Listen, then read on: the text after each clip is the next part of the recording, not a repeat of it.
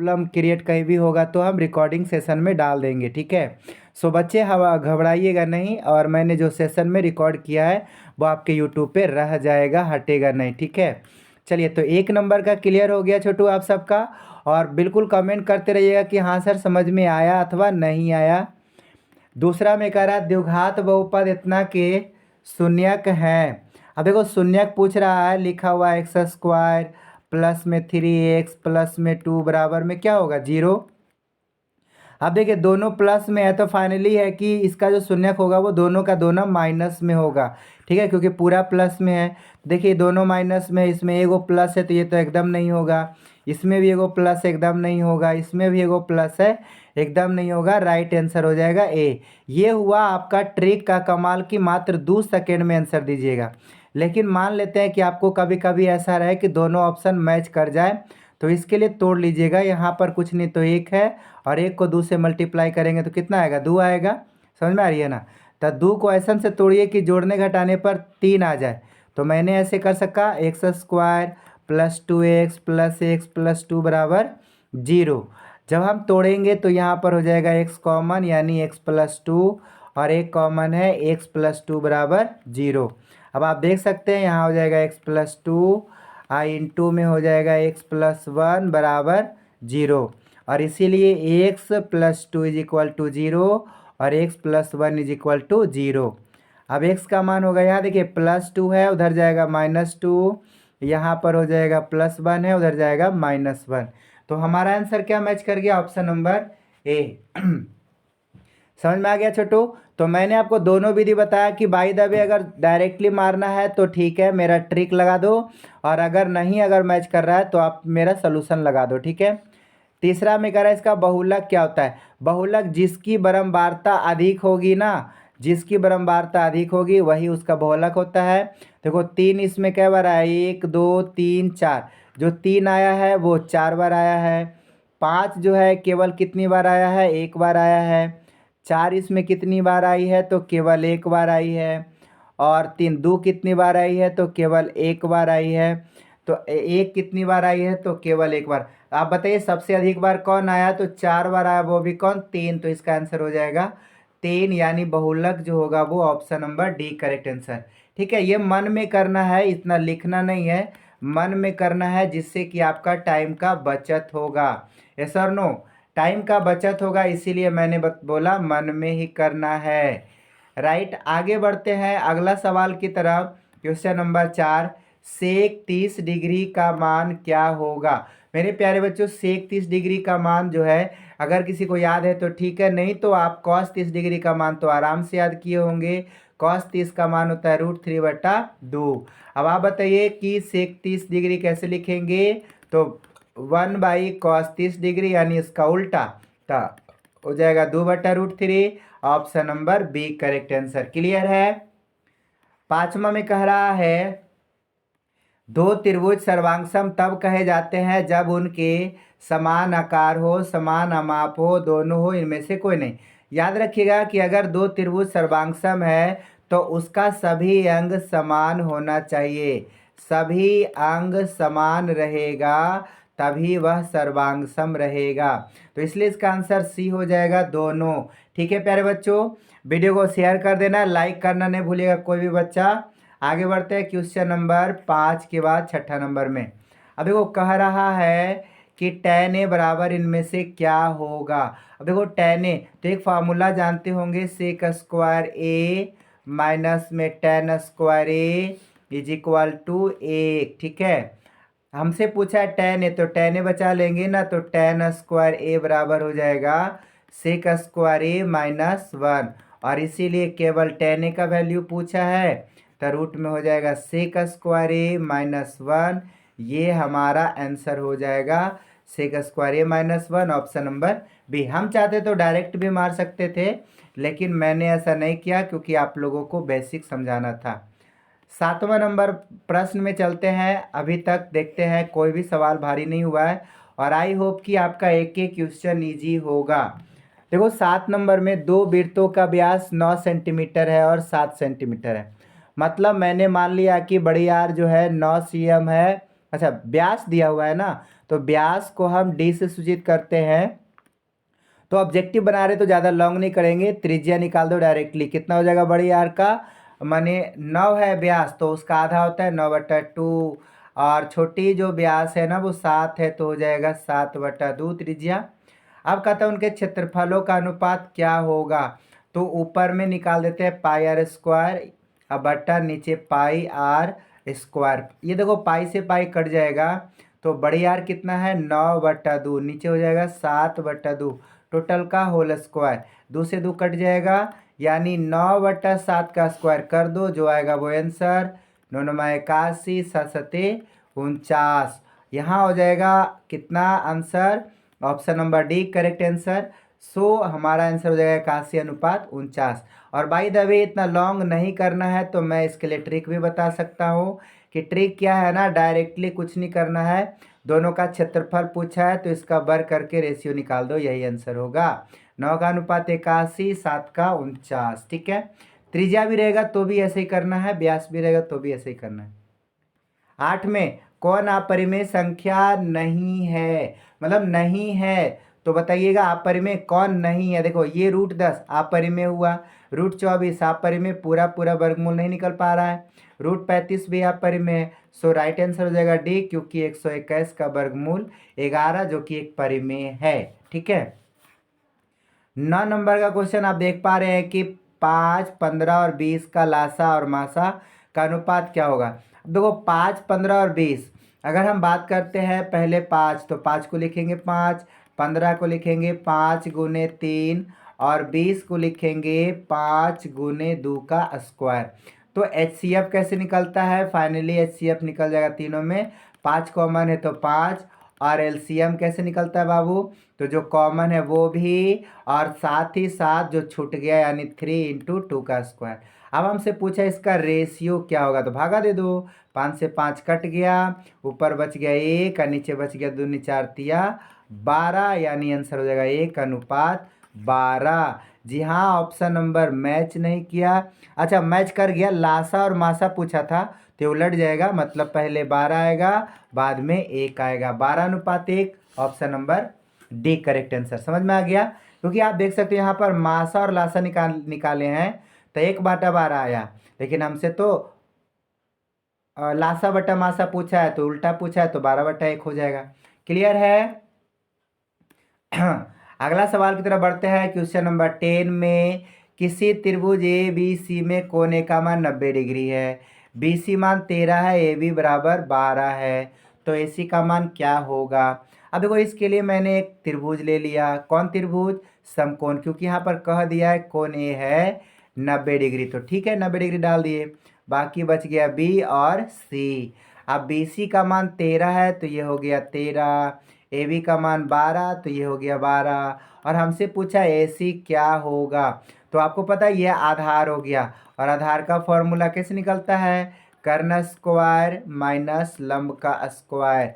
तो 13 का स्क्वायर करेंगे 169, 12 का 144, कैलकुलेट करेंगे तो आ जाएगा 25, और इसका वर्गमूल 5, ऑप्शन नंबर सी।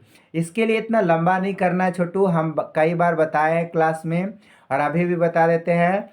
कुछ जो है समकोण त्रिभुज का भुजा होता है, याद कर लेना, 3, 4, 5, 5, 12, 13, 6, 8, 10, इसका मल्टीपल में कोई भी रहेगा ना तो याद कर लेना, 7, 24, 25, समझ में आ रही है ना। उसके बाद इस तरह से लगभग में इतना तो पूछा जाता ही है, और इससे बाहर आई थिंक नहीं आ पाता। मान लो आइबो करेगा तो इसी का मल्टीपल रहेगा, तो मल्टीपल समझ जाना, अगर इसका मल्टीपल इसका मल्टीपल तो इसका भी मल्टीपल, ठीक है। चलिए हम लोग अगले सवाल की तरफ बढ़ते हैं। क्वेश्चन नंबर 11 में निम्नलिखित में कौन अपरिमेय संख्या नहीं है, हमसे पूछा अपरिमेय नहीं है। देखो ये तो अपरिमेय है, ये भी अपरिमेय है, ये भी अपरिमेय है, तो इसका मतलब जब 3 गो अपरिमेय दिख गया है तो अपने मन से मार दो डी, क्योंकि डी ऐसा है जो अपरिमेय नहीं है, ठीक है। 12 √3 और √5 क्या है, ये तो बच्चा भी जानता है, एक अपरिमेय संख्या है, ऑप्शन बी करेक्ट आंसर। 13 में कह रहा है इसमें से किसका दशमलव प्रसार शांत होगा। तो शांत के लिए मैंने क्या बताया था, हर के अभाज्य गुणनखंड में 2 की पावर m या 5 की पावर n या दोनों रहेगा, तब जा कर के शांत होगा, अदरवाइज अशांत होगा। देखो 105 है तो पक्का है कि 2 और 5 के अलावा आ रहा है, 3 आ जाता है इसमें। 210 है तो ये भी 3 आ जाता है, 7 या कैसा आ जाता है ना। 88 में 11 आ जाता है, इसका मतलब है डी राइट आंसर हो जाएगा। क्लियर है बाबू? तो इसका राइट आंसर हो जाएगा ऑप्शन नंबर डी। क्लियर है? अगला 14 में कह रहा है कि ये किस प्रकार की संख्या है। देखो यहाँ पहले एगो एक है, फिर 2 गो, फिर 3 गो, फिर 4 गो, यार ऐसे बढ़ते जाता है। और अगर बढ़ते जाएगा तो ये एक अपरिमेय संख्या होती है। सो याद रखिएगा अपरिमेय होगा, राइट ना। Option number C correct answer. उसके बाद हम लोग अगला प्रश्न की तरफ चलते हैं 15 में। √3/√12। अब देखो ऐसे अंदाज तो नहीं लगा सकते हैं, हम इसको बना लेते हैं। तो √12 को लिख सकते हैं 2√3, क्योंकि आप देखो √12 में देखोगे 2 दूनी 4 तिया 12, तो 2 को 2 में एगो बाहर निकल जाएगा तो 2√3। अब √3 कट गया, आ गया 1/2। अब आप ही बताओ भैया 1/2 क्या है? तो परिमेय है, ऑप्शन ए। समझ में आ गया ना। उसके बाद 16 नंबर में इसके शून्यक क्या होंगे। आइए देखते हैं इसका शून्यक। x² - 3 बराबर 0, x² बराबर 3, इसीलिए x बराबर ±√3। जी हाँ, option number B correct answer. समझ गए ना। इतना आसान आसान क्वेश्चन, परंतु समझ जाना 16 फरवरी के लिए इस वीडियो को पूरा देख कर जाना। हो सके तो 16 फरवरी को भी देख लेना, बहुत काम देगा। 17 में कौन बहुपद नहीं है। देखिए कौन बहुपद नहीं है, तो मैंने बोला था कि जो बहुपद का घात होना चाहिए वह निगेटिव नहीं होना चाहिए, साथ ही साथ भिन्न में नहीं होना चाहिए। अब देखते हैं, चलिए ऑप्शन में। ये तो पहली बात तो बहुपद है क्योंकि 0 घात है इसमें, ठीक है। ये भी बहुपद है क्योंकि 2 घात है। इसमें बहुपद नहीं होगा क्योंकि रूट में चला गया, और जब रूट में होता है तो वह भिन्न में बदल जाता है। सो ये होगा option number C correct answer, क्योंकि यही बहुपद नहीं है। 18 में कह रहा है कौन रेखीय बहुपद व्यंजक है। कौन रेखीय बहुपद व्यंजक है, मतलब रेखीय बहुपद किसे कहते हैं? तो जिसमें केवल और केवल कितना घात हो, 1 घात हो। देखिए यही तो है जो 1 घात है, तो ऑप्शन नंबर 1 करेक्ट आंसर। बाकी देखो 2 घात, 2 घात, 3 घात, तो मुझे रेखीय बहुपद पूछा है तो 1 घात देखना है। बोलो यस और नो, समझ में आ गया होगा? ठीक है। 19 में कह रहा है कि अल्फा और बीटा इतना के मूल है तो इसका मान क्या होगा। मैंने इसके लिए आपको कई बार ट्रिक बताया है, सो अभी भी ट्रिक का ही यूज़ करेंगे। याद रखिएगा 1/α + 1/बीटा बराबर -b/c होता है। यहाँ से देखो ए का मान कितना है, 1, बी का भी 1 और सी का भी 1, तो इसीलिए यहाँ पर बैठा देंगे -1/1 बराबर -1, ऑप्शन नंबर बी। ठीक है।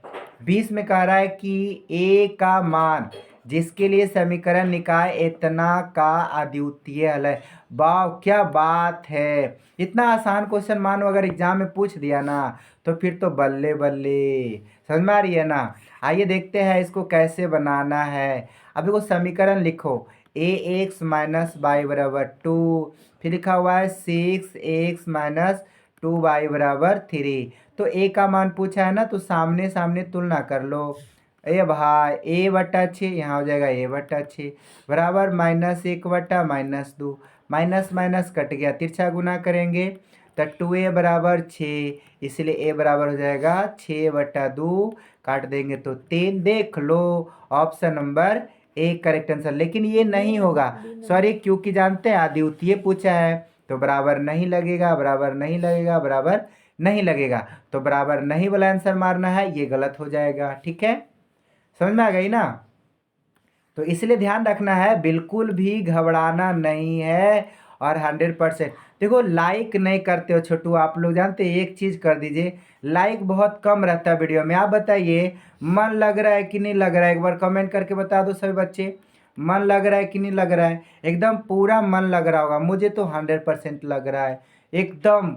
आगे बढ़ते हैं, देखते हैं अगला सवाल की तरफ। 21 में क्या कहता है? ए का मान जिसके लिए समीकरण निकाय इतना और इतना के अनगिनत हल है। अब देखो अनगिनत हल है ना, तो आइए पहले इसको डिलीट कर लेते हैं। क्लियर है? क्या प्रॉब्लम है आपके पास? नहीं ना। अब अनगिनत हल है, फिर भी इसको सीधा सीधा लिखिए। लिखते हैं 10x+5y बराबर a-5। ठीक है। दूसरा में लिखा हुआ है 20x+10y बराबर, सॉरी माइनस में a है ना,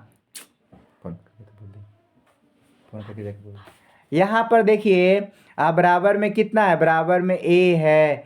अब कुछ नहीं करना, अनगिनत हल है ना, तो आपको लास्ट वाला से मैच करना। देखो इसमें a नहीं है, इसमें a नहीं, लास्ट में है, तो इसके लिए हम क्या करेंगे? लास्ट वाला खाली हम ये करेंगे। तो चलिए देखते हैं, तुलना कर लेते हैं। 5/10 बराबर a-5/a। तिरछा गुना करिए तो हो जाएगा 5a बराबर 10a-50। अब बताइए 10a है इधर, अब देखो 5a उधर चला जाएगा तो 10a में 5a घटेगा, कितना बचेगा? 5a।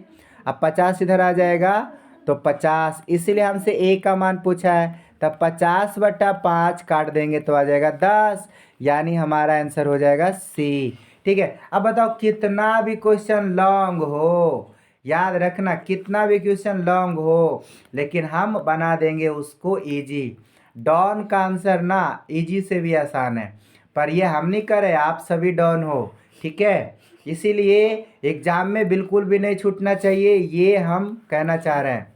आप देखो 22 में कह रहा है कि इसके अनगिनत हल है, मतलब सेम टू सेम ऊपर वाला है। लिख देते हैं पहले x+2y बराबर में 3। नीचे लिखा हुआ है 5x+k y बराबर में 15। अब क्या करना है? अनगिनत हल है, देख लो ये इसमें आ रहा है ना, तो तुलना कर लो। 1/5 बराबर 2/k, तिरछा गुना करेंगे तो k बराबर 5 दूनी 10, यानी option number B correct answer. समझ में आ गई? एकदम पूरा का पूरा इजी बना देंगे क्वेश्चन, मेरा गारंटी है, भारी कितना भी आ जाए। देखो 23 नंबर वाला सवाल क्या कह रहा है? यदि रेखाएं एक बिंदु पर प्रतिच्छेद करें, मतलब ऐसा। अब बोलो ऐसा है तो इसका कितना हल होगा? तो इसका याद्वितीय हल होता है, यूनिक सॉल्यूशन होता है। This question has been unique solution, यानी अद्वितीय हल, option number B correct answer. 24 let's go, देखते हैं। कहता है कौन समीकरण इतना का हल समुच्चय? कुछ नहीं, है तो बेवकूफ़ बना, आधा हल करके दे रखा है। x+2 बराबर 0 लिख दो और 3x-1 बराबर 0 लिख दो। यहाँ से आ जाएगा x का मान -2 और यहाँ से आ जाएगा, उधर माइनस में जाएगा तो प्लस में 1 और बटा 3। देख लो -2, 1/3 मिला लो, -2, 1/3, option number B correct answer. बोलो समझ में आ गया? यस और नो? देखिए कितना भी क्वेश्चन भारी रहे ना, 100% ईजी हो जाएगा, लेकिन उसके लिए एक बार टॉपर माइंड को आप लोग सब्सक्राइब जरूर कर दीजिएगा। और प्यारे बच्चों, वीडियो शेयर नहीं करते हैं, बहुत ही बुरी बात है। आप लोग वीडियो शेयर कर दो यार, इतना मन लगा के पढ़ा रहे हैं, वीडियो शेयर कर दो। अभी कितने बच्चे लाइव में पढ़ रहे हैं? मात्र देख लेते हैं कितने बच्चे हैं, मात्र 5 बच्चे। यार बताओ, 5 बच्चे ही लाइव में पढ़ रहे हैं। अभी मुझे इतना बिलीव है कि इतना अच्छा सोल्यूशन ना यूट्यूब पे भी अभी नहीं मिल पा रहा होगा, इतना 100% बिलीव है। पर यार शेयर कर दो वीडियो को, ठीक है। चलिए अब देखो कहता है कि इसमें इसका हल बताइए, तो लिखा हुआ x² - 5 बराबर 0, तो हो जाएगा x² बराबर 5, इसीलिए x बराबर ±√5। देख लो ऑप्शन नंबर। अच्छा इसमें पूछ रहा है कि इसमें से किस टाइप का है, मतलब इसका ना टाइप पूछ रहा है, which type of the solution of this question. तो देखिए रूट में 5 है, अपरिमेय संख्या है ना, तो option number C correct answer. तो यहाँ हो जाएगा 25 का सी। ओके बच्चों, आगे बढ़ते हैं 26 नंबर में। देखिए let's go, what did you want, यहाँ पर दे रखा है ax² + bx + c बराबर 0 का मूल वास्तविक और समान है। तो इसमें से कौन सा सही होगा? याद रखिएगा, जब d बराबर 0 होगा ना, तो इसका जो अल्फा और बीटा का वैल्यू होता है वह -b/2a होता है, केवल -b/2a। सो याद रखिएगा option number C correct answer. समझ में आ गया? अगला है 27 नंबर में, द्विघात समीकरण के मूल बराबर हो तो। अभी मैंने बोला था ना d बराबर 0, यानी b² - 4ac बराबर 0, या कह सकते हो b² बराबर 4ac। अब देखो इसमें से कौन सा ऑप्शन मैच कर रहा है?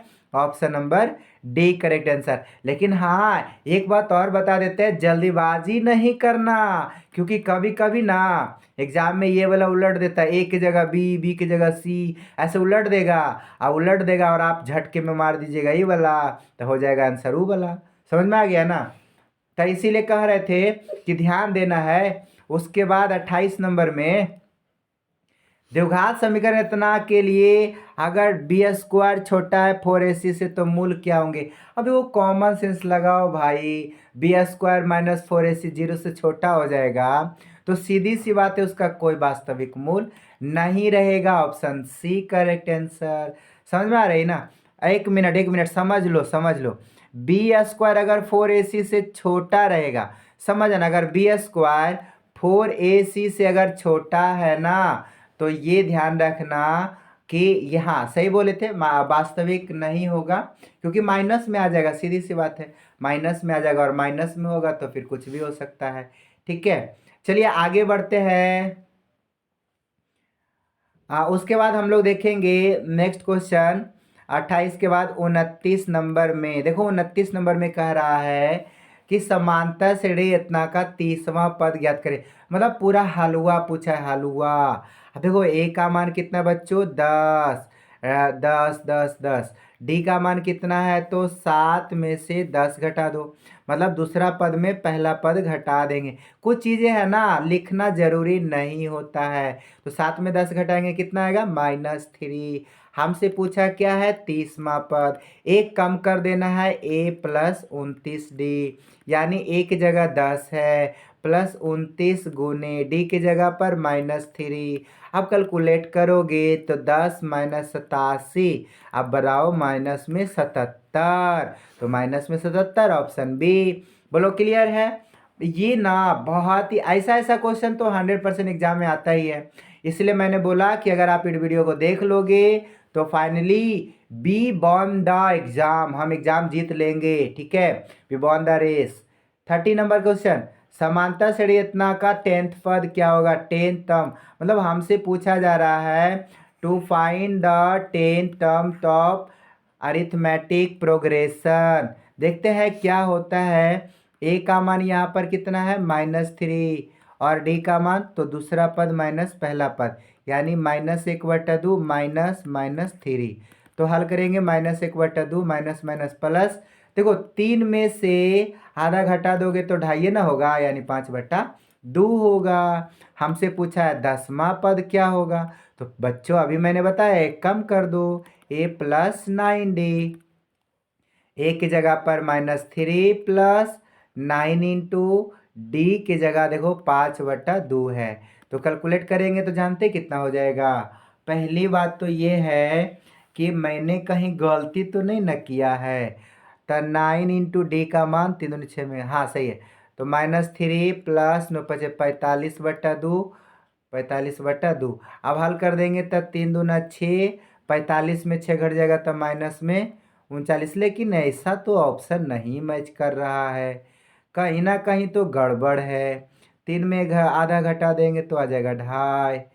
कहीं ऑप्शन गड़बड़ तो नहीं? 39, यहाँ देखो 39 प्लस में 39/2 आ रहा है, इतना कन्फर्म है। अब 39/2 इस ऑप्शन में ही नहीं है, तो कोई बात नहीं है, ऑप्शन में नहीं है तो हम क्या लगे उसके लिए टाइम बर्बाद करेंगे। अगला सवाल की तरफ बढ़ते हैं ना। अभी तो बहुत सारा सवाल को सॉल्व करना है, पूरे के पूरे इस वीडियो में 100 क्वेश्चन करेंगे, वो भी 100% करके ही मानेंगे। आगे बढ़ते हैं, समांतर श्रेणी रचना का 10वां पद क्या होगा? आइए देखते हैं। ठीक है, अब देखो बच्चों यहाँ पर कह रहा है to find the 10th term of arithmetic progression 2 7 12। यहाँ ए का मान 2 है, डी का मान तो दूसरा पद माइनस पहला पद, तो 7 में 2 घटा देंगे 5। अब 10वां पद पूछा है तो हम बोले थे ना, एक काम कर देना, a प्लस 9d। ए की जगह कितना है 2 प्लस 9 इंटू डी की जगह 5। तो बच्चों 9 5 45, 2 47। तो कैलकुलेशन जितना फास्ट होगा टाइम उतना कम लगेगा, और टाइम जितना कम लगेगा समझ जाना नंबर उतना अधिक आएगा। अब देख लो 32 नंबर का क्वेश्चन क्या कहता है। ये सब क्वेश्चन बहुत ही आसान रहता है, लेकिन हम आपको एक चीज़ सजेस्ट करना पसंद करेंगे कि जब भी मान लो आपके एग्जाम में ऐसा सवाल आए ना, तो इस पर कम ध्यान देना, क्योंकि इससे भी इजी इजी क्वेश्चन रहता है, इसमें थोड़ा और टाइम भी लगेगा। अब देखो एक त्रिभुज है, ए बी सी है, ठीक है, और यहाँ पर डी है और यहाँ पर ई है, और डी किसके समांतर है, बी सी का। अब देखो ए डी बटा डी भी है 5/3, और हमसे पूछ रहा है कि ए बटा ए सी कितना होगा, ए बटा ए सी मतलब टोटल बोला, पहले छोटा फिर बड़ा, तो इधर भी वही करना है, पहले छोटा फिर बड़ा, 5 3 8। देख लो ऑप्शन नंबर मैच कर रहा है, 5/8 ऑप्शन नंबर सी। मतलब जानते हो ना, इधर का जो हरकत है ना उलवा वाला, एकदम ध्यान से देखना, ये नहीं कि मतलब सेम कभी कभी मार देंगे थेल्स पर में तो हो जाएगा गड़बड़। तो अगला सवाल की तरफ बढ़ते हैं 33 नंबर की तरफ। Question number 33। अब देखो 33 में क्या कर रहा है, दी गई आकृति में यदि डी समांतर बीसी। अच्छा कमेंट ऑफ है क्या, कमेंट तो ऑन है पर कमेंट आ नहीं रहा था। इस आकृति में डी समांतर बीसी है तो एक्स का मान क्या होगा, क्रॉस मल्टीप्लाई करना है, ठीक है। क्रॉस मल्टीप्लाई करोगे 17 गुने एक्स कितना हो जाएगा, 17 गुने एक्स बराबर 34 गुने 16, 34 गुने 16। अब मुझे किसका मान चाहिए, एक्स का, तो 34 गुने 16/17, 17 दूनी 34, 16 दूनी 32, इसका आंसर होगा ऑप्शन बी करेक्ट आंसर, ठीक है। 34 में करा है, देखो हम ये सब पढ़ते ज़्यादा नहीं है, देख लेते तो सीधा सीधा मार देते हैं। अब आगे बढ़ते हैं, दो समरूप त्रिभुजों में इनका क्षेत्रफल का अनुपात क्या होगा। तो संगत भुजा के अनुपात के बराबर होता है, लेकिन त्रिभुज पारना पड़ेगा। तो देखो ए बी सी है, मैंने पार लिया ए बी सी, फिर कहता है डी ई एफ, तो मैंने पार लिया डी ई एफ। अब संगत देखो ए बी का संगत डी हुआ, बी सी का संगत ई एफ हुआ, और ए सी का संगत डी एफ हुआ। देख लो इसमें से कौन मैच कर रहा है, ए बी बटा डी, बिल्कुल सही। तो ई होगा नहीं ना, भुजा का वर्ग होना चाहिए, तो दोनों में वर्ग नहीं है, कट जाएगा, ऑप्शन सी करेक्ट आंसर।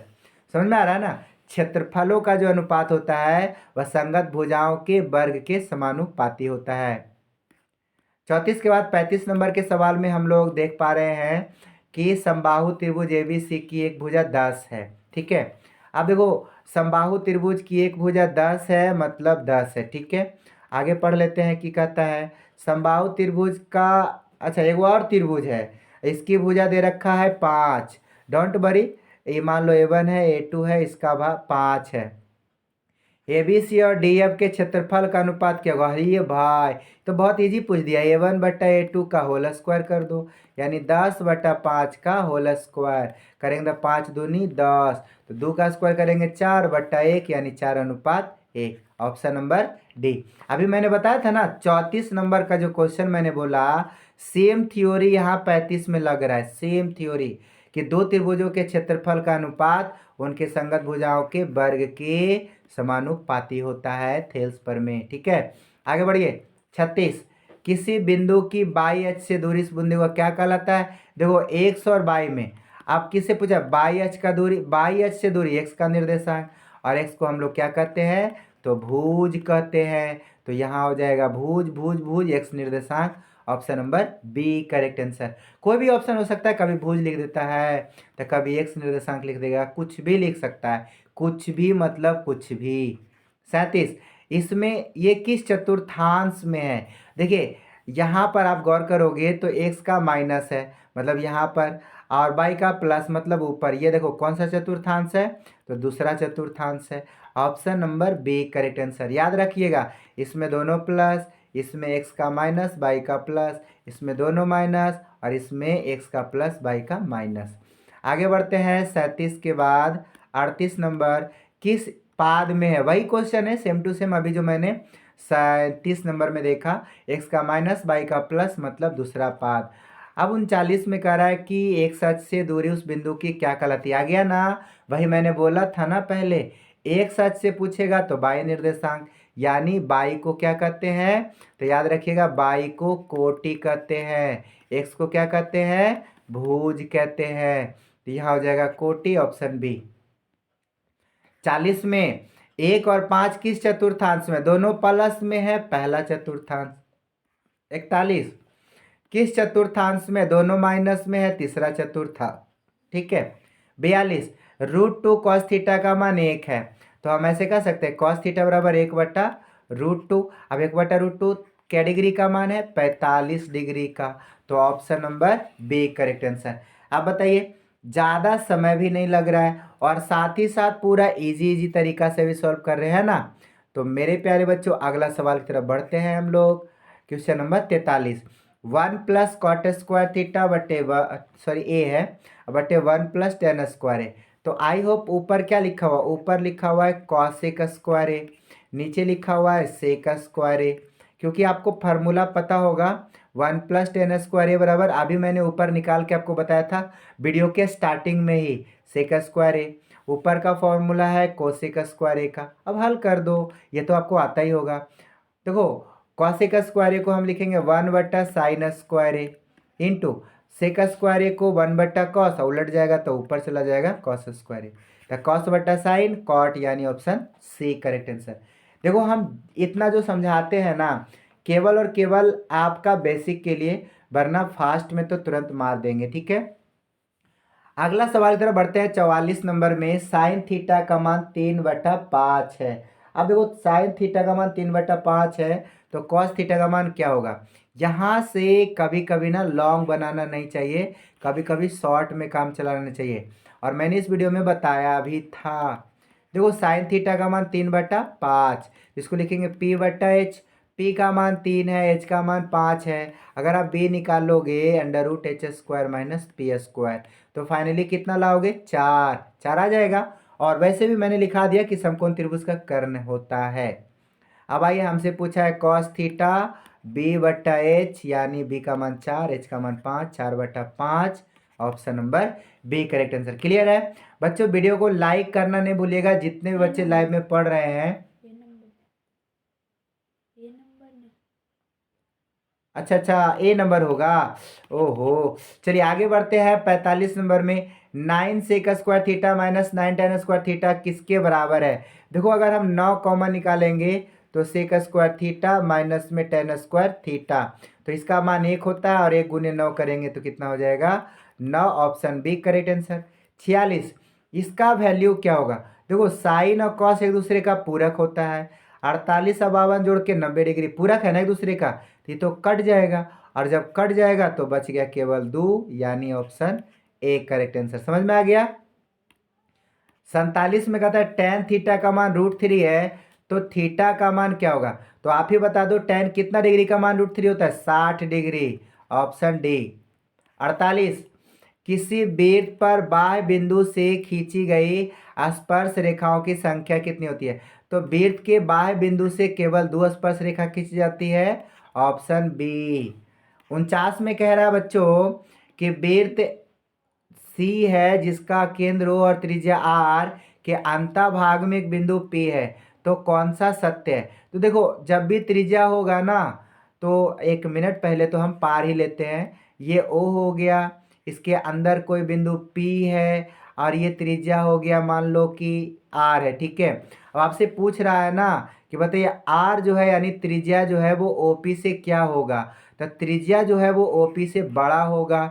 समझ में आ रही है ना, क्योंकि वृत्त के अंदर है, तो बड़ा कौन है, बी में है, तो B, option B right answer होगा।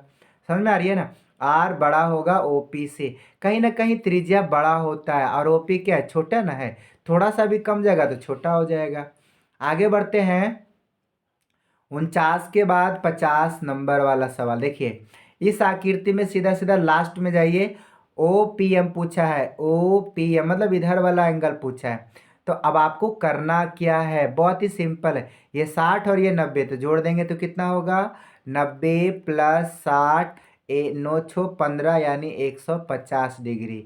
अब आप बताइए, त्रिभुज के तीनों कोनों का योगफल 180, घटा देंगे तो आ जाएगा 30 डिग्री। सो इसका आंसर होगा 30, option B correct answer. OPM है ना, ऊपर वाला पूछा था, हम नीचे वाला देख लिए। अगला 51 में बोल रहा है कि 44 मीटर परिधि वाले वृत्त की त्रिज्या क्या होगी। अब देखो बहुत ही कॉमन सा मतलब क्वेश्चन पूछा है, बहुत ही कॉमन। 44 मीटर परिधि है, तो चलिए प्यारे बच्चों देखते हैं। 2 पाई r का मान कितना है, 44। कैलकुलेट करेंगे, 2 × पाई का मान 22/7, r नहीं जानते हैं जी, छोड़ देंगे, बराबर में 44। अब आप यहाँ पर देखो r का मान चाहिए, तो 44 गुने 2 गुना में इधर आएगा भागा में 22/7, उलट जाएगा कि 7/22। कुल मिलाकर कैलकुलेट करोगे 22 दूनी 44, कट गया यानी कि आ गया 7। तो हमसे पूछा है वृत्त की त्रिज्या क्या होगी, option number B correct answer. ठीक है, याद रखिएगा। 52, दो वृत्तों के क्षेत्रफलों का अनुपात इतना है तो त्रिज्याओं का अनुपात कितना होगा। सीधा सीधा इसका वर्गमूल निकाल दीजिए, तो √4/1 का वर्गमूल, तो 2/1 आएगा, option number B correct answer. देखो इस समय ज़्यादा समय बर्बाद नहीं करना है, क्योंकि आपका एग्जाम बहुत ही नज़दीक है। बोलो सही कहा ना मैंने। 53 नंबर में कह रहा है कि यदि वर्ग का विकर्ण इतना है तो वर्ग की भुजा की लंबाई कितनी होगी। तो देखो फार्मूला क्या होता है, वर्ग का विकर्ण का भुजा √2, यही ना होता है। इसका मान है 16√2, तो हमसे पूछा है भुजा क्या होगा, तो 16√2, अब भागा में आ जाएगा √2, √2 कट गया यानी 16, तो भुजा की लंबाई होगा 16, ऑप्शन बी करेक्ट आंसर। 54, कौन वृत्त का क्षेत्रफल का सूत्र है। तो वृत्त का क्षेत्रफल क्या होता है, pi r², option C correct answer. 55, प्रथम 5 पूर्ण संख्याओं का माध्य क्या होगा। जी 5 पूर्ण संख्या, तो 5 पूर्ण संख्या 0, 1, 2, 3, 4, और हमने ले लिया 5, बीच में आया 3, तो इसका आंसर हो जाएगा 3, ऑप्शन ए करेक्ट आंसर। 56, प्रथम 3 लगातार प्राकृतिक संख्याओं का माध्य क्या होगा। तो लगातार लिखेंगे 1, 2, 3, बीच में कौन आया 2, तो आंसर हो जाएगा 2, क्योंकि बीच वाला माध्य होता है। ठीक है, याद रखिएगा, माध्य जो होता है ना वो बीच वाला संख्या होती है। माध्य भी बीच वाला, माध्यक भी बीच वाला, बहुलक खाली जो अधिक बार आता है वही होता है। 57, किसी घटना की प्रायिकता नहीं होती है। देखो याद रखना है कि माइनस में ना निगेटिव कभी भी नहीं होता है, और एक से बड़ा कभी भी नहीं होता है। समझ में आ गया ना, निगेटिव का मतलब क्या हुआ, जीरो से छोटा, जीरो से छोटा कभी भी नहीं होता है। तो याद रखिएगा, हमेशा इसका आंसर हो जाएगा option D correct answer. Clear है बच्चों। चलिए 57 के बाद हम लोग बढ़ते हैं 58 में, कि कौन सी संख्या किसी घटना की प्रायिकता नहीं हो सकती है। तो मैंने अभी जो रूल बताया है 57 में वो याद कर लेना, option B correct answer. B में नहीं होगा। देखो माइनस में 15 माइनस होता है क्या, बिल्कुल नहीं होता है। 59, एक पासा जब फेंकते हैं तो 3 आता है, क्या प्रायिकता, तो 3 कितने हैं पासा में, एगो है, टोटल कितना परिणाम 6, तो 1/6, ऑप्शन बी करेक्ट आंसर। 60 में कह रहा है एक पासा फेंकते हैं तो एक अभाज्य संख्या आती है, वो प्रायिकता क्या होगा। देखो पासा फेंकोगे तो 1 आएगा, 2 आएगा, 3 आएगा, 4 आएगा, 5 आएगा, 6 आएगा, इससे ज़्यादा तो आएगा नहीं। अभाज्य कौन कौन है, 2 है, 3 है और 5 है, तो 2, 3, 5 ये अभाज्य हो गया, मतलब 3 गो, टोटल 6 गो। काटोगे तो 3 एकम 3, 3 दूना 6, यानी आंसर होगा 1/2, option number A correct answer. समझ में आ गया। चलिए उसके बाद 61 नंबर में कह रहा है निम्नलिखित में से बताइए इसका मान कौन सा होगा। तो पहली बात तो ये है cos 60 डिग्री है, तो cos 60 डिग्री का मान कितना होता है, 1/2 +1, नीचे हो जाएगा 1/2 -1, ऊपर एक आधा जोड़ेंगे तो कितना होगा 1.5, यानी कि 3/2, नीचे एक में आधा घटाएंगे -1/2, तो 2 से 2 कट गया यानी आएगा -3। तो ऑप्शन बी करेक्ट आंसर। बताओ हाउ यू कैन फ्री। देखिए लाइक नहीं करते हैं बच्चों, बहुत दुख होता है, लाइक कर देना छोटू सब लोग। 62 में tan 60 डिग्री का मान क्या होगा, tan 60 डिग्री का मान √3 होता है, ऑप्शन ए करेक्ट आंसर। 63। इसमें से बताइएगा इसका आंसर क्या होगा। देखो साइन और कॉस एक दूसरे का पूरक है और इसलिए कट के मान आ जाएगा कितना, 1। तो ये सब के लिए आपको एकदम चिंता नहीं करना है क्योंकि एग्जाम इतना नज़दीक है और आपको केवल और केवल ध्यान देना है कि हम कैसे सोल्यूशन कर रहे हैं। आप 20 मिनट में 50 क्वेश्चन मार्क के आओगे, मेरा वादा है, अगर आप बढ़िया से मेरा पूरा वीडियो देखोगे तब। 64। tan ए किसके बराबर होगा, तो tan का पूरा कोण कॉट होता है, ढूंढ लो ऑप्शन में। Option A correct answer. कुछ भी नहीं है, मतलब कह दिए कुछ भी नहीं तो कुछ भी नहीं। 65। साइन ए का मान 3/4 है तो कॉस ए का मान क्या होगा, ये लो जी। अभी मैंने बताया था ना, साइन ए का मान 3/4। तो जब यहाँ पर देखोगे p/h, p और h का मान दे रखा है, b निकाल लो यहाँ से, h² minus p square. Calculate करेंगे तो 4 का स्क्वायर 16, p का स्क्वायर 9, तो यहाँ हो जाएगा 16 में 9 घटेगा 7। अब हमसे पूछा है कॉस ए बताइए क्या होगा, तो कॉस ए का क्या होता है, b/h। b का मान √7 और h का मान यहाँ 4 है तो 4 जी कर लो विचार, यहाँ ऑप्शन डी करेक्ट आंसर। ठीक है। 66। किसका मान 0 के बराबर है। एक बात बता देते हैं आपको, कभी भी भुलाने का नहीं। ठीक है। देखो साइन 0 0 होता है, ठीक है, और कॉस 90 0 होता है, बस इतने तो याद ही रखना है। तो ऑप्शन हो जाएगा साइन 90 1 होता है, कॉस 90 0। 1 मिनट, गलती से 0 लिखने, हाँ 0, तो ऑप्शन बी करेक्ट आंसर हो जाएगा। ठीक है। दो ही को मान 0 होता है, इसके अलावा किसी का मान 0 नहीं होता है। बाकी 0 करना है तो इसको कैलकुलेट कर लो। ठीक है। 67। बताइए इसमें से पूछा किसका मान है, केवल पीटी का लंबाई। आइए जी देखते हैं, ये पीटी हो गया, ओटी दिया है 3, मतलब ये हो गया 3। और तो और तो और तो और ओपी 5 है, ओपी 5। तो ये कर्ण हो गया 5, लंब हो गया 3, तो आधार कितना आएगा 4। काहे ला कैलकुलेट करेंगे, बताइए तो। और नहीं जिन बच्चों को आता है तो आपको बता देते हैं, कर्ण स्क्वायर माइनस आधार स्क्वायर, या लंब समझोगे तो लंब स्क्वायर। हल कर दो, 5 स्क्वायर माइनस 3 स्क्वायर, कैलकुलेट कर देना, तो 25 माइनस में 9 बराबर रूट में 16 वर्गमूल 4। ठीक है। पर उतना करने वाला तो एक नंबर बेवकूफ़ होगा, है ना। तो आगे बढ़ते हैं, इतना कौन करता है, ये सब याद कर लेना है बाबू, एग्जाम देने वाले हो, इसीलिए भविष्य का बात है बाबू, भविष्य का। 68। यदि समांतर चतुर्भुज की सभी भुजा एक वृत्त को स्पर्श करे तो वह कौन सा चतुर्भुज होगा। अब देखो एक बात बताते हैं, थोड़ा सा टाइम लेंगे लेकिन हम बढ़िया से एक्सप्लेन जरूर कर देंगे। अब देखो ये हमारा एक वृत्त है, ठीक है जी, और हम ले लेते हैं एगो कौच ले लेते हैं, चतुर्भुज ले लेते हैं। अब देखो 1 मिनट 1 मिनट, ये भाई लोग गड़बड़ा गया ने, अच्छा कोई बात नहीं, गड़बड़ा गया तो गड़बड़ा गया, हम कल में से कर लेते हैं। ठीक है। अब देखो मान लो कि इसके इधर इधर और ऐसे कभी भी, मतलब हाँ देख लेना, यहाँ टच कर रहा है। अब मान लो कि अगर कोई समांतर चतुर्भुज या वृत्त को सभी जगह स्पर्श कर लेगा ने, तो इस समांतर चतुर्भुज किस में बदल जाता है, सम चतुर्भुज में। ये चीज आपको याद रखना है। ठीक है। तो आंसर हो जाएगा डी करेक्ट आंसर। 69। चलिए 69 नंबर को देख लेते हैं, थोड़ा सा पैसेंस बनाइएगा, मिटा लेते हैं। देखो बच्चा लोग ना, आजकल के बच्चा में पैसेंस नाम का चीज़ ही नहीं होता है कि सर, अब देखो पैसेंस बनाओगे नहीं भाई तो सीखोगे कैसे, बात तो है ना। अब देखो किसी वृत्त के बाह्य बिंदु P से, मैंने एक वृत्त है और यहाँ पर मैंने ले लिया बाह्य बिंदु P, और एगो PA अब PB, मैंने इसका नाम A डाल देते हैं, इसका नाम B डाल देते हैं। तब P और PB दो स्पर्श रेखा है, क्लियर है, और कह रहा है PA का मान 6 है, चलो ये तो 6 ले लेते हैं। PB की लंबाई कितनी होगी, एक बात याद रखना, स्पर्श रेखाओं की लंबाइयाँ बराबर होती है। सो यहाँ अगर ये 6 है तो ये भी कितना होगा, 6 6 6, ऑप्शन सी करेक्ट आंसर। 70। दो वृत्तों की त्रिज्याओं का अनुपात इतना है तो क्षेत्रफल का अनुपात कितना होगा। याद करो मैंने इसी वीडियो में बताया है कि जब त्रिज्या का अनुपात दे रहे क्षेत्रफल पूछे, सीधा वर्ग कर डालो, तो 3:4 का जब वर्ग करोगे, 3 का वर्ग 9 और 4 का वर्ग 16, बिल्कुल सही, ऑप्शन सी करेक्ट आंसर। ठीक है।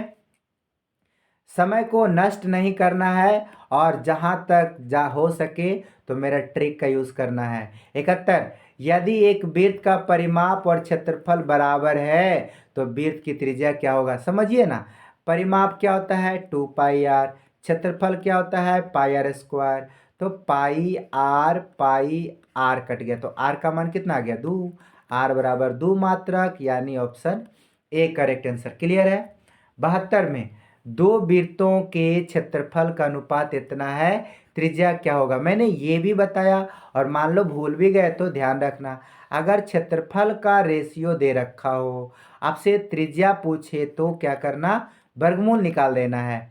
तो एक्स स्क्वायर का वर्गमूल एक्स, बाई स्क्वायर का वर्गमूल बाई, हो जाएगा एक्स अनुपात by, option D correct answer. Clear है।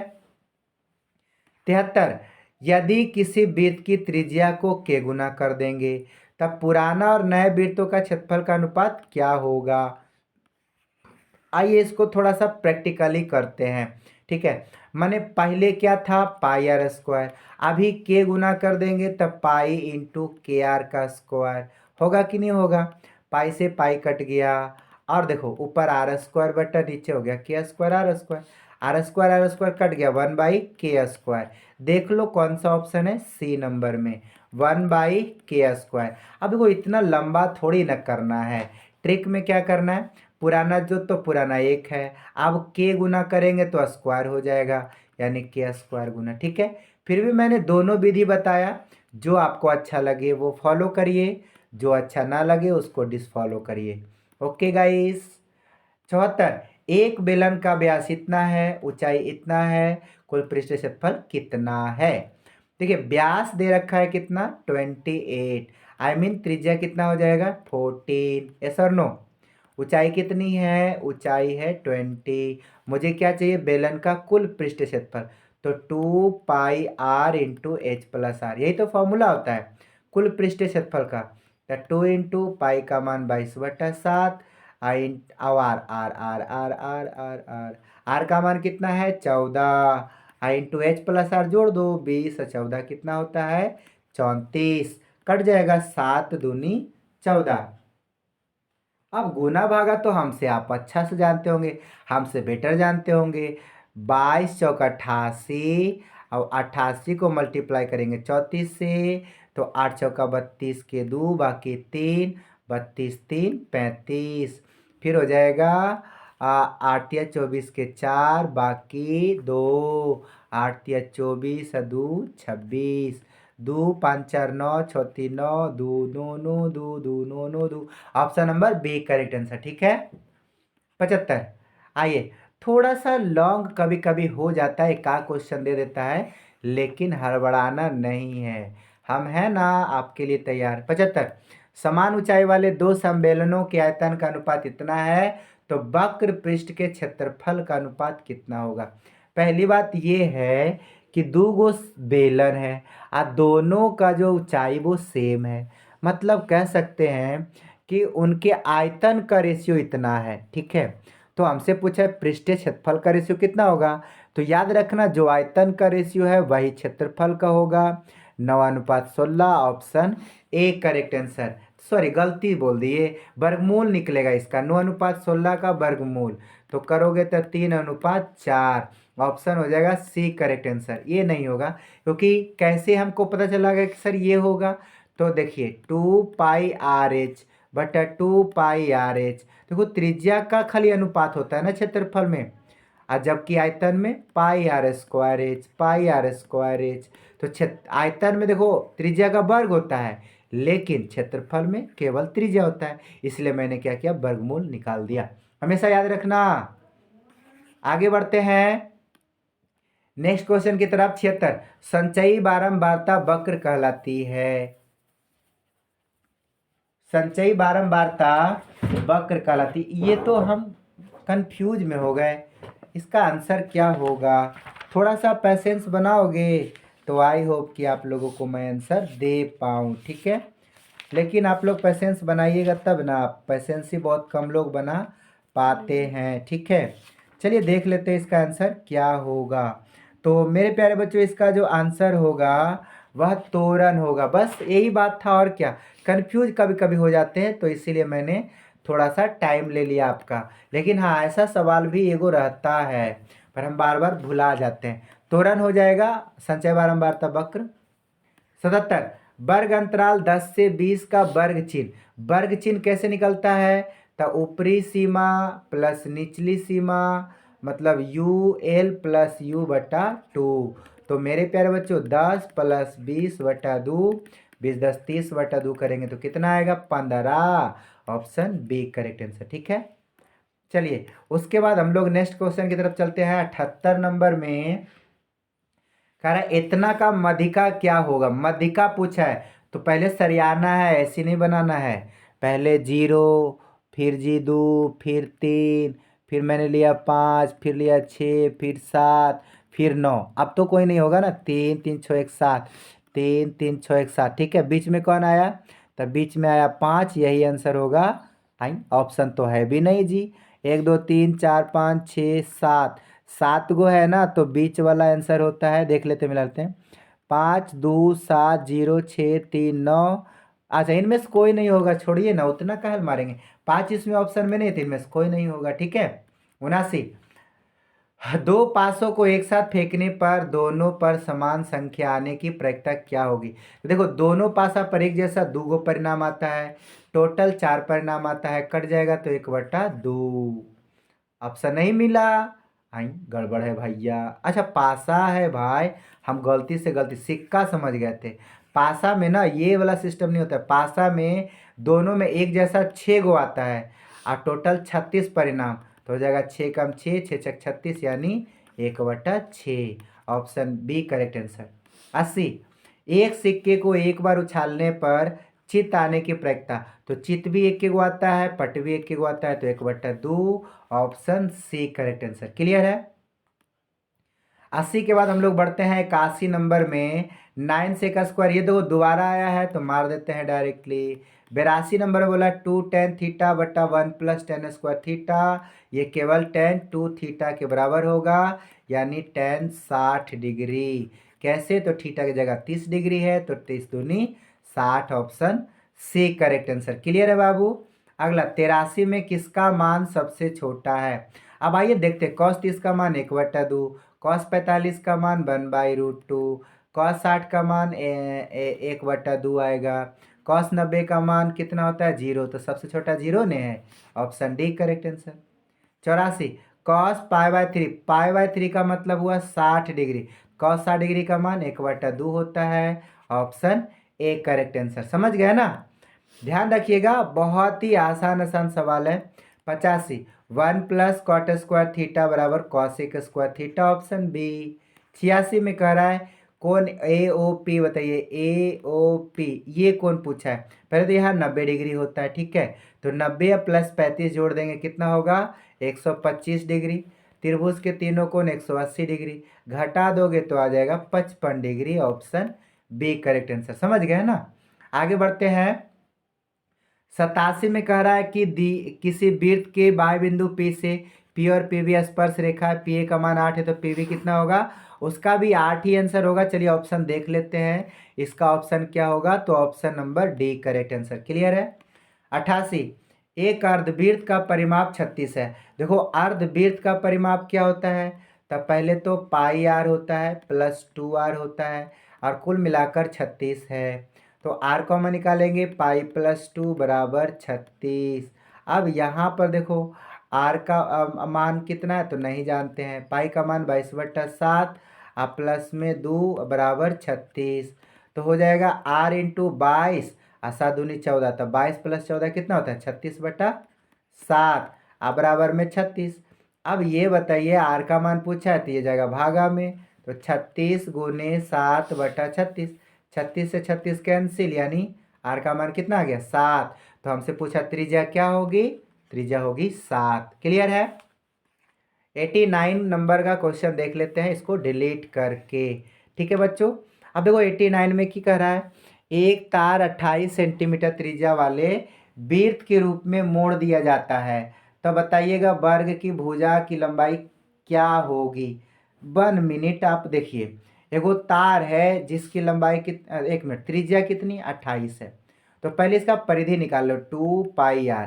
तो हो जाएगा 2 × पाई का मान 22/7 और त्रिज्या कितना है 28। हल करेंगे तो 7×4 = 28, 4×2 बैठी 76 से 176। हमसे पूछा है कि वर्ग के रूप में मोड़ा जाता है, कौची के रूप में, वृत्त के रूप में मोड़ा जाता है। गलती है, वृत्त के जगह वर्ग होगा, कहीं देखो लास्ट में वर्ग पूछा ना। तब वर्ग की भुजा क्या होगी, तो ये देखो ये जो आया ना, ये वर्ग के चारों भुजा का माप आ गया। अगर हम मोड़ेंगे तो चारों भुजा ना आ गया, तो हमको तो एक भुजा चाहिए, तो 4 से भागा दे दो।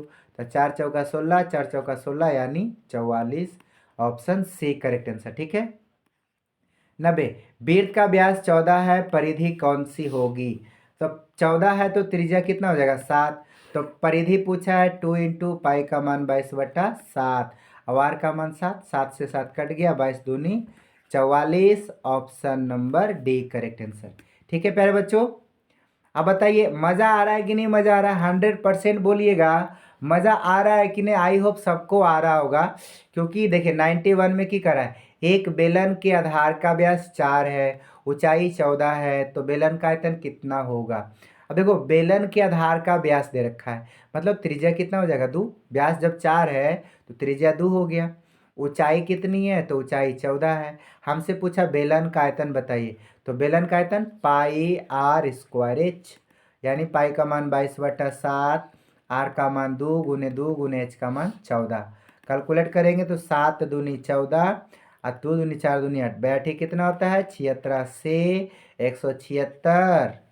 92, एक 14 सेंटीमीटर लंबे वृत्ताकार सम्मेलन का आयतन 11 cm³ के किनारे पर बनाए गए घन के आयतन के बराबर है। ये कुछ कुछ दिया हुआ है, बेलन का व्यास क्या होगा, मतलब समझने का प्रयास करते हैं।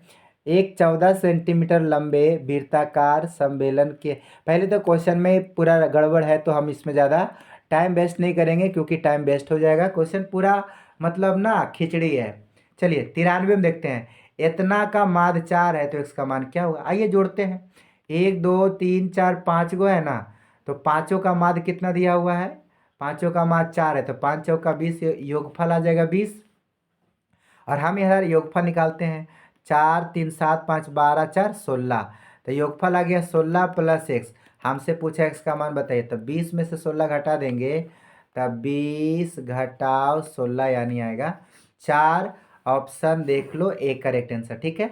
94, अब 94 नंबर का सवाल में कह रहा है कि इसमें से सही आंसर क्या होगा। तो मैंने फॉर्मूला बता रखा है, 3 माध्यक बराबर होता है बहुलक +2 माध्य, याद रखिएगा। अब इसमें सब देखो बहुलक निकाला है, तो हम बहुलक निकाल लेते हैं। बहुलक जब निकालेंगे तो हो जाएगा 3 माध्यक, 3 माध्यक माइनस में आ जाएगा ये बोला 2 माध्य। देख लो 3 माध्यक -2 माध्य, option number A correct answer, समझ में आ गई ना। अगला है 95 में, किसी बारंबारता बंटन का जो बहुलक आरेख है इनमें से कह रहा है कि किससे निर्धारित किया जा सकता है, किससे निर्धारित किया जा सकता है। तो ये बताइए इसका राइट आंसर क्या हो जाएगा। तो देख लेते हैं इसका आंसर, 1 मिनट। इसका आंसर हो जाएगा मेरे प्यारे बच्चों आयत चित्र, यानी आयत चित्र इसका राइट आंसर हो जाएगा, ठीक है। अगला 96 में कह रहा है कि चरों को अगर आरोही या अवरोही क्रम में रख देते हैं तब बीच वाला चर मान क्या कहलाता है। मैंने बोला ना बीच वाला माध्य भी होगा, मध्यिका भी हो सकता है, ठीक है। यहाँ पर देखो माध्य है, मध्यिका है, बहुलक है, इनमें से कुछ नहीं। तो चरमान माध्य भी कहलाता है, तो माध्य पहले आया तो पहले माध्य होगा। अब मध्यिका भी होता है, लेकिन ध्यान रखना होता है कि सम है कि विषम। फिलहाल इसका राइट आंसर हो जाएगा ए, वैसे तो दोनों में एक ही फंडा है। 97, इसका बहुलक क्या होगा, देख लो इसमें सबसे अधिक बार कौन आया है, तो 3 2 बार आया, इसके अलावा कोई 2 बार नहीं आया है, तो 3 हो जाएगा।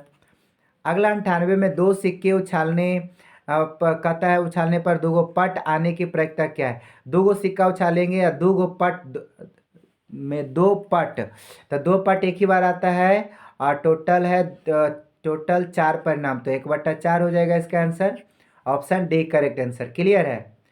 और मेरे प्यारे बच्चों, हमारा 99 में 52 पत्तों की एक अच्छी तरह से फेंटी गई ताश की गड्डी में एक पत्ता निकाला जाता है और बोलता है कि इक्का प्राप्त होने की क्या प्रक्रिया। तो इक्का तो उसमें टोटल कै गो होता है, तो इक्का 13, एक मिनट, इक्का 4 गो होता है और टोटल 52, तो 13 चौका 52 यानी 1/13। Option C correct answer. और 100 में कह रहा है कि एक पत्ता निकल आता है, एक तस्वीर वाला पत्ता। तो तस्वीर वाला पत्ता क्या होता है, 12 गो और टोटल 52।